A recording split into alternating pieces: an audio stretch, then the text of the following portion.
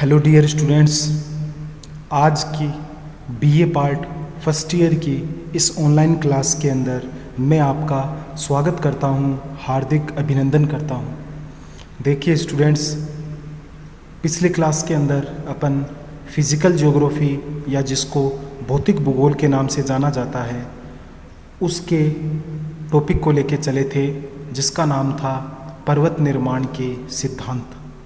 ठीक है, पिछली क्लास के अंदर मैंने आपको बताया था कि पर्वत निर्माण के सिद्धांतों को पढ़ने से पहले या पर्वत निर्माण के जो सिद्धांत है उसे जानने के लिए सर्वप्रथम हमें भूसन्नति के बारे में जानना होगा। भूसन्नति के बारे में जानना होगा कि भाई जो भूसन्नति है वो किस प्रकार से उत्पन्न होती है। और देखिए, पर्वत निर्माण की जब अपन बात कर रहे हैं, पर्वत निर्माण की अवस्थाओं की अपन बात कर रहे हैं कि पर्वतों का निर्माण किस प्रकार से होगा, तो देखिए पर्वत निर्माण की जो प्रथम अवस्था होती है वो भूसन्नति अवस्था ही मानी जाती है। ठीक, भूसन्नति के अंतर्गत मैंने आप लोगों से बात की थी, थोड़ा वापस से रिपीट कर देता हूँ कि जो भूसन्नतियाँ होती है वो लंबे, संकरे तथा उथले जलीय भाग होते हैं, जिनमें तलछटीय जमाव के साथ, निक्षेप के साथ साथ तली में दसाव होता रहता है। ठीक है, एक डायग्राम्स के माध्यम से मैंने आपको समझाने का प्रयास किया था कि ये दो दृढ़ भूखंड हैं। ठीक है, दृढ़ भूखंडों के अंदर इस प्रकार से ये निक्षेप होता रहता है, जिसमें तली में दसाव होता रहता है। ठीक है, अब भूसन्नतियाँ जो है वो क्या है कि सदैव गतिशील अवस्था के अंदर रहती है और इनका जो रूप है वो हमेशा एक समान नहीं रहता। एक समान नहीं रहने से देखिए तात्पर्य ये है कि ये क्या है कि अपना जो रूप है, अपना जो आकार है वो क्या होता है, इनका बदलता रहता है, चेंज होता रहता है। इसी कड़ी के अंदर देखिए अपन बात कर रहे हैं कि जो भूसन्नतियाँ हैं वो इतिहास के कई युगों से गुजर सकती है। भूसन्नतियों का जो निर्माण होता है वो प्राय दो दृढ़ भूखंडों के बीच में इनका निर्माण होता है। भूसन्नतियों की जो अवधारणा की जो शुरुआत है, अवधारणा की जो शुरुआत है वो हाल तथा डाना द्वारा की गई थी। ठीक है, भूसन्नतियों को पर्वतों का पालना,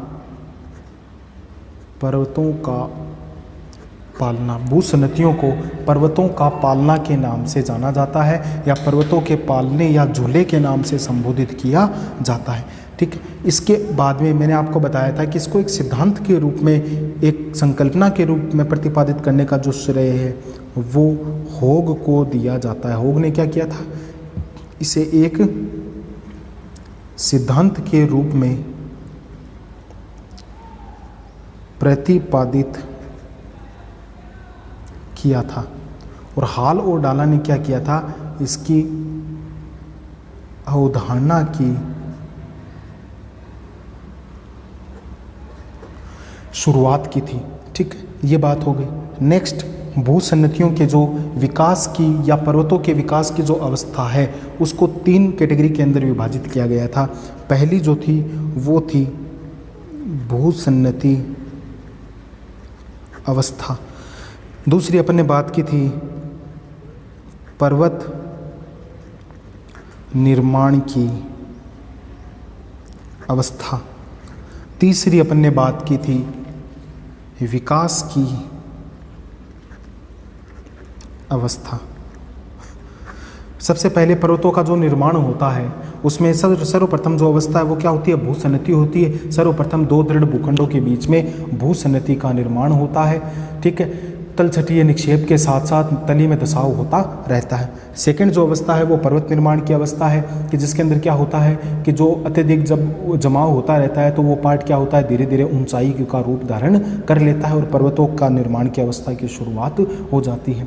थर्ड जो और लास्ट अवस्था जो इसकी है फेज, वो है विकास की अवस्था कि धीरे धीरे वो भाग ऊंचा उठता हुआ उच्च भागों का रूप ले लेता है, जिसको विकास की अवस्था के अंतर्गत शामिल किया जाता है। ठीक है, अब पर्वत निर्माण के जो सिद्धांत है उसमें देखिए मैंने बात की थी कि पर्वत निर्माण के सिद्धांतों के अंदर जो विद्वान हैं उनको दो वर्गों के अंदर विभाजित किया गया। पहले वर्ग के अंदर उन सिद्धांतों को शामिल किया जाता है जिनमें क्षैतिज संचलन जो है वो पृथ्वी में सिकुड़न से उत्पन्न हुआ है। क्षैतिज संचलन पृथ्वी में सिकुड़न से उत्पन्न हुआ है। ठीक है, ये है पहला वर्ग। दूसरे वर्ग के अंदर क्या है? दूसरे वर्ग में उन सिद्धांतों का अध्ययन किया जाता है जिसमें क्षैतिज संचलन की उत्पत्ति महाद्वीपीय प्रवाह के कारण होती है। ये क्षैतिज संचलन हो रहा है किसके कारण? महाद्वीपीय प्रवाह के कारण। ये दो वर्ग है, ये है वर्ग 1 और ये है वर्ग 2। ठीक है, इसको और ज़्यादा समझने के लिए अपन देखिए इसे और ज़्यादा समझने के लिए मैं यहाँ करता हूँ कि पर्वत निर्माण के सिद्धांत।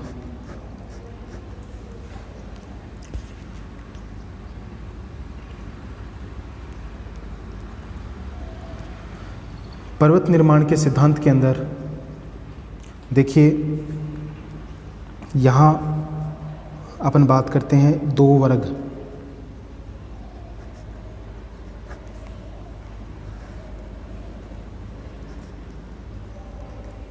ठीक है, एक है वर्ग 1, दूसरा है वर्ग 2।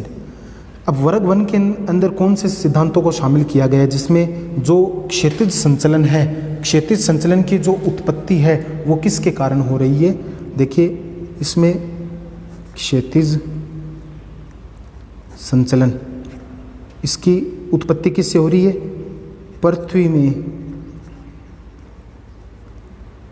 सिकुड़न होने से उत्पत्ति।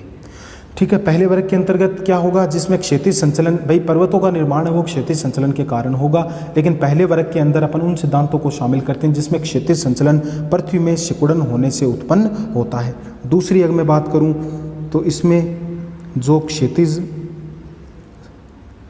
संचलन है वो महाद्वीपीय प्रवाह के कारण उत्पन्न हो रहा है। ठीक है, क्षैतिज संचलन, इसमें भी क्षैतिज संचलन। अब इसके अंदर और इसके अंदर देखिए कौन कौन से सिद्धांतों को रखा जाता है। पहले वर्ग के अंदर जिन सिद्धांतों को रखा गया है वो है कोबर और जेफरीज। इन दो विद्वानों के जो सिद्धांत है वो क्षैतिज संचलन पृथ्वी में सिकुड़न होने से उत्पन्न हो रहा है उस वर्ग में रखे गए, और दूसरे वर्ग के अंदर जिसमें महाद्वीपीय प्रवाह के कारण उत्पत्ति हो रही थी उसमें अपन वेगनर को,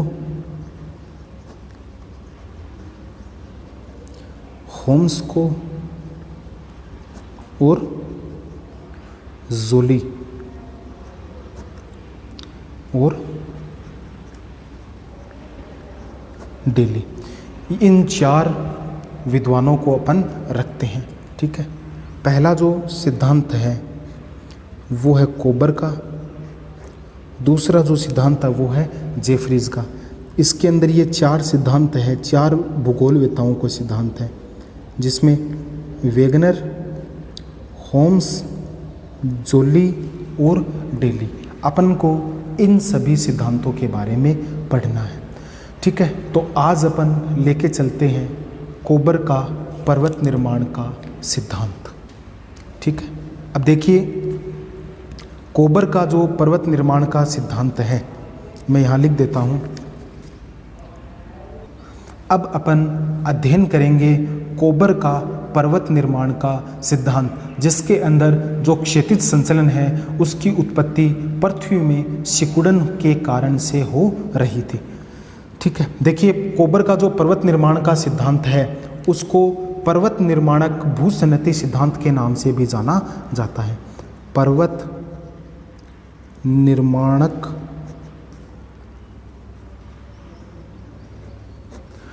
भूसन्नति सिद्धांत इस नाम से भी संबोधित किया जाता है। यह कोबर के पर्वत निर्माण सिद्धांत का ही दूसरा नाम माना जाता है।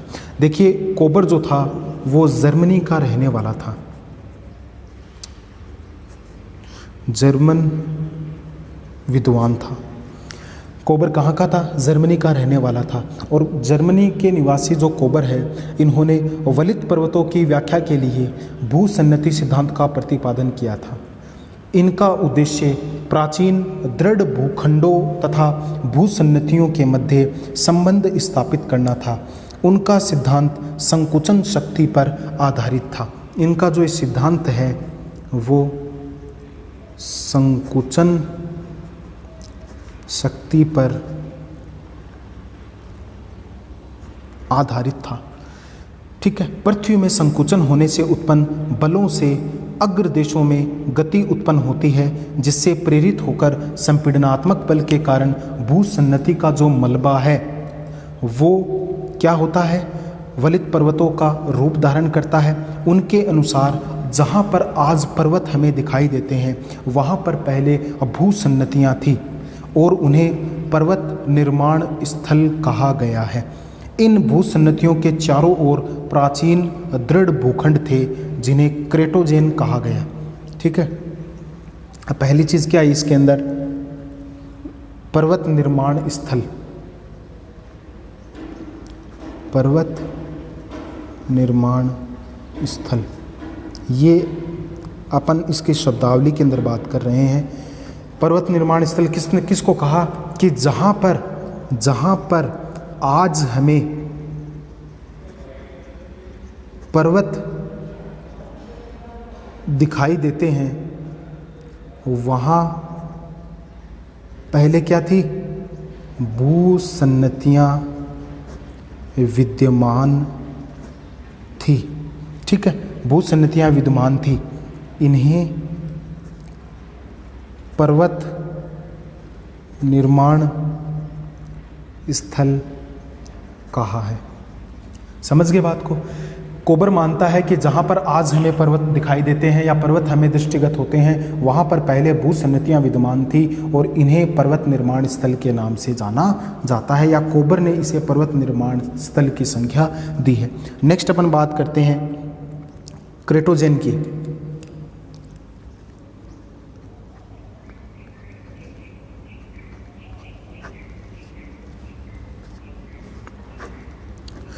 देखिए, क्रेटोजेन किसको कहा है? कि ये जो भूसन्नतियाँ थी, पर्वत जहाँ पर आज देखने को मिलते हैं वहाँ पर पहले भूसन्नतियाँ थी और इन भूसन्नतियों के चारों ओर प्राचीन दृढ़ भूखंड थे जिनको क्रेटोजेन कहा गया है। ठीक है। तो अपन इसको ऐसे डिफाइन कर सकते हैं कि भूसन्नतियों के चारों ओर प्राचीन दृढ़ भूखंड थे जिन्हें कोबर ने क्रेटोजेन कहा है। ठीक है। कोबर के अनुसार भूसन्नतियाँ लंबे तथा चौड़े जलगर्त होते हैं। पर्वत निर्माण की पहली अवस्था भूसन्नति निर्माण की ही होती है, वो मैंने आपको बताया, जिसके दौरान पृथ्वी के अंदर क्या होता है? संकुचन होता है, जिससे भूसन्नति का निर्माण होता है, जिसे भूसन्नति अवस्था कहा जाता है। प्रत्येक भूसन्नति के किनारे पर दृढ़ भूखंड होते हैं जिन्हें कोबर ने अग्रदेश माना है। देखिए, मैंने अभी जो भूसन्नति आपको बताई थी, ये देखिए, ये मैंने भूसन्नति आपको बताई थी कि ये जलगर्त होते हैं और ये जो भाग है, इन भागों को क्या कहा जाता है? इनको दृढ़ भूखंड के नाम से जाना जाता है। लेकिन कोबर ने क्या कहा कि इन दृढ़ भूखंडों को अग्रदेश के नाम से जाना। कोबर ने इन्हें क्या कहा? अग्रदेश के नाम से जाना। तो अब मैं यह कह सकता हूँ कि ये जो एक इस प्रकार से है, यहाँ ये भूसन्नति का निर्माण हो रहा है, जमाव हो रहा है, दसाव हो रहा है, तो ये जो है ना, इनको क्या कहा जाता है? अग्रदेश के नाम से संबोधित किया जाता है। कोबर ने इन्हें क्या कहा है? अग्रदेश कहा है। ठीक है। अब इन दृढ़ भूखंडों या जो अग्रदेश है इनके अपर्दन से प्राप्त मलबे का नदियों द्वारा भूसन्नतियों के अंदर धीरे धीरे जमाव होता रहता है। इस क्रिया को अवसादीकरण की क्रिया के नाम से जाना जाता है। अब देखिए, अवसादीकरण की क्रिया को बताने के लिए मैं आपको बताता हूँ। अवसादीकरण किसको कहा गया है कि ये जो अग्रदेश है या जो दो दृढ़ भूखंड है, इनका क्या होता रहता है, अपर्दन होता रहता है। तो दृढ़ भूखंडों के अपर्दन के कारण या अपर्दन से जो मलबा प्राप्त हो रहा है, उनका क्या हो रहा है, नदियों के द्वारा भूसन्नति के अंदर जमाव किया जा रहा है, जिसको अवसादीकरण के नाम से संबोधित किया जाता है। तो मैं ये लिख सकता हूँ यहाँ कि दृढ़ भूखंडों के अपर्दन से प्राप्त मलबे का नदियों द्वारा भूसन्नति में जमाव या निक्षेप होता रहता है। इस प्रक्रिया को क्या कहते हैं, अवसादीकरण के नाम से संबोधित करते हैं। अवसादी जमाव के कारण क्या है कि भार के अंदर यहाँ वृद्धि होती रहती है। भार में वृद्धि होने से क्या हो गया, इसकी जो तली है वो क्या होती है, निरंतर दसती जाती है, तली में दसाव होता रहता है, जिसे अवतलन की क्रिया के नाम से जाना जाता है। क्या बात की अभी अपन ने कि अवसादों के जमाव के कारण क्या होता है कि भार में वृद्धि होने से भूसन्नति की तली में निरंतर दसाव होता जाता है, जिसे अवतलन की क्रिया के नाम से जाना जाता है। तो अपन ये कह सकते हैं कि अवसादी जमाव के कारण भार में वृद्धि होने से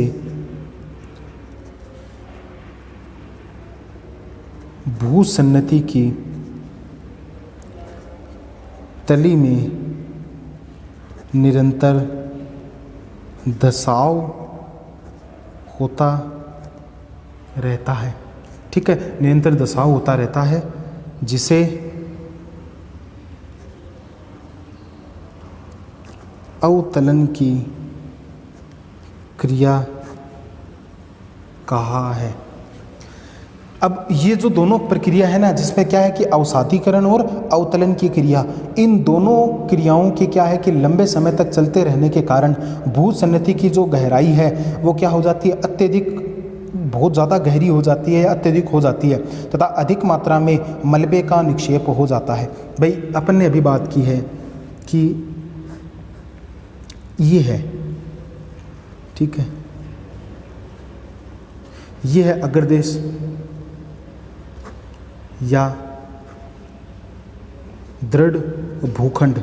ठीक है, अब इनके अंदर क्या हो रहा है कि लगातार अपर्दन की प्रक्रिया हो रही है। अब अपर्दन के कारण क्या है कि एक मलबे का निर्माण हो रहा है, और वो मलबा क्या होगा, धीरे धीरे मतलब इसके अंदर ये जो भूसन्नति है इसके अंदर इसका जमाव हो रहा है, जिसको अपन ने क्या कहा था, अवसादीकरण की प्रक्रिया के नाम से संबोधित किया था। अब अवसादीकरण की प्रक्रिया के कारण क्या हो रहा है, इस भूसन्नति के अंदर क्या हो रहा है, इसका जो भार है उसके अंदर वृद्धि हो रही है। भार में वृद्धि होने के कारण क्या होगा, लगातार इसका दसाव होता जा रहा है, जिसको अवतलन की क्रिया के नाम से संबोधित किया जाता है। और अब ये जो अवसादीकरण और अवतलन, ये जो दोनों प्रक्रिया है, इन दोनों प्रक्रियाओं के साथ साथ चलने से क्या होगा कि ये जो भूसन्नति है इसकी गहराई अधिक हो जाएगी और अधिक मात्रा में मलबे का निक्षेप हो जाता है। अब जब भूसन्नति मलबे से भर जाएगी, ये पूरी मलबे से भर गई, तो पृथ्वी के अंदर जो क्षैतिज संचलन हो रहा है उसके कारण से क्या होगा कि ये जो अग्रदेश है, एक ये वाला अग्रदेश और एक ये वाला अग्रदेश, ये क्या होगा, दोनों एक दूसरे की ओर खिसकने लगेंगे। इस प्रकार से एक दूसरे की ओर खिसकने लगेंगे। एक दूसरे की ओर खिसकने के कारण क्या होगा कि भूसन्नति के ये दोनों पार्श्व एक दूसरे की ओर खिसकेंगे, जिससे जो ये तलछट है इसके ऊपर बल पड़ता है, यानी अग्रदेश के पास सरकने से संपीड़नात्मक बल के कारण भूसन्नति में तलछट में सिकुड़न और मोड़ पड़ने लगते हैं, जिसके कारण ये जो मलबा है ये क्या होगा, वलित होने लगता है, और वलित होकर क्या होगा, पर्वतों का रूप धारण कर लेता है। भाई ये दोनों एक दूसरे की ओर सरकेंगे तो ये मलबा क्या होगा, वलित होकर ऊपर की ओर ये क्या होगा, होने लगेगा। भाई इसकी चौड़ाई अधिक है, अब ये जो पास पास आएंगे तो ये मलबा ऊपर की ओर गति करने लगेगा। ठीक है, ऊपर की ओर ये जो संपीड़नात्मक बल के कारण गति कर रहा है, जिससे पर्वतों का रूप धारण ये कर लेता है, इसे पर्वत निर्माण की अवस्था के नाम से जाना जाता है। भूसन्निधि के दोनों किनारों पर दो पर्वत श्रेणियों का निर्माण होता है। ये जो दोनों किनारे हैं, यहाँ पर भी क्या है, पर्वत श्रेणियों का निर्माण होता है, जिसे क्या कहा जाता है, कोबर ने रेंड केटन के नाम से संबोधित किया। किसको? कि भूसन्निधि के दोनों किनारों पर या अग्रदेशों पर, दोनों किनारों पर दो पर्वत श्रेणियों का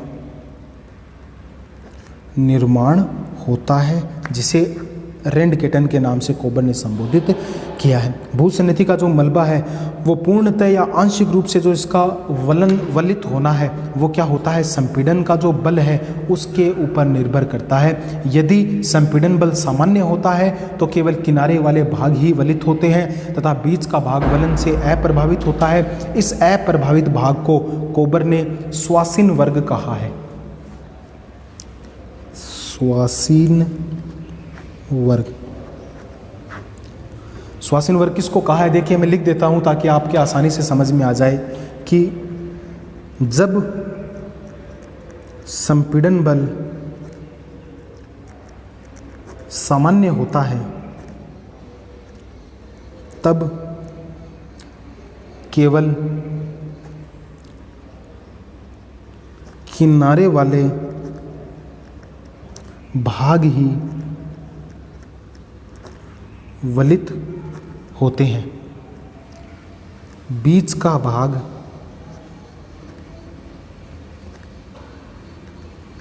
अप्रभावित रहता है, जिसे स्वासीन वर्ग कहा है। किसने कहा है? कोबर ने, जिसे स्वासीन वर्ग के नाम से जाना है। किनारे वाले भाग अगर वलित होते हैं, क्योंकि संपीड़न बल अगर सामान्य है या कम है, तो बीच वाला भाग क्या होता है, अप्रभावित रहता है, जिसे स्वासीन वर्ग के नाम से जाना जाता है और जिसे प्राय मध्य पिंड के नाम से भी संबोधित किया जा सकता है। ठीक है, और संपीड़न बल जितना अधिक तीव्र होता है, पर्वतीकरण में उतनी ही जटिलता आती है। कोबर ने अपने विशिष्ट मध्य पिंड के आधार पर विश्व के वलित पर्वतों की संरचना को स्पष्ट करने का प्रयास किया था। ठीक है, तो ये अपन ने कोबर का पर्वत निर्माण जो सिद्धांत है वो अपन ने पढ़ा है। नेक्स्ट क्लास के अंदर अपन इस कोबर के सिद्धांत की जो आलोचनाएं हैं वो पढ़ेंगे और इसी के साथ जो और आगे का जो और भी पर्वत निर्माण के जो सिद्धांत है उसका अपन अध्ययन करेंगे। आज की क्लास के लिए आपका बहुत बहुत धन्यवाद, शुक्रिया।